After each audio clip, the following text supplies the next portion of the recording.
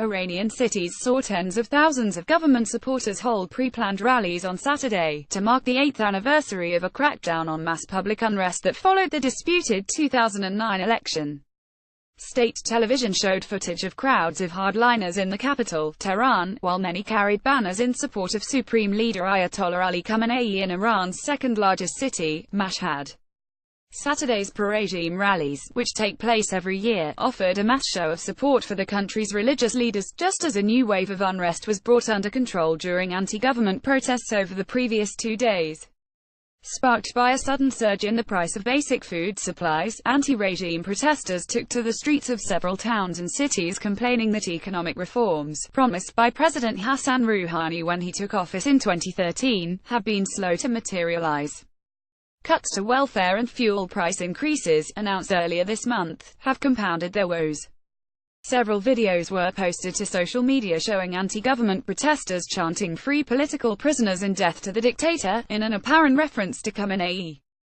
Dozens of people were arrested during clashes with police on Thursday and Friday in the cities of Mashhad, Rasht, Hamadan, Kermanshah, Qazvin and elsewhere.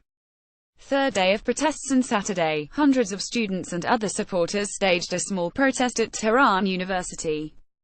Witnesses said riot police stood guard at the gates of the main campus.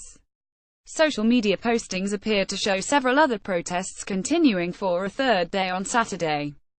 As well as economic issues, protesters lamented the country's involvement in regional conflicts, including the financial and military backing of Syrian President Bashar Assad, while domestic issues stayed unresolved.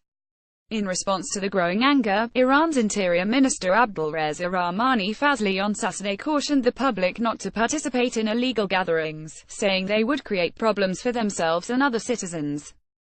Other Iranian ministers quickly blamed the US and other outside forces for the latest unrest.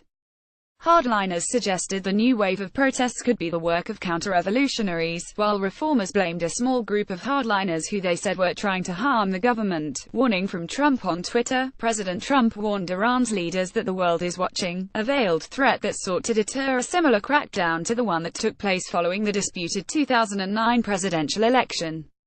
Many reports of peaceful protests by Iranian citizens fed up with regime's corruption and its squandering of the nation's wealth to fund terrorism abroad, he wrote, adding that the Iranian government should respect their people's rights, including the right to express themselves. Iran's foreign minister responded that Trump's support for the protesters was deceitful and opportunist.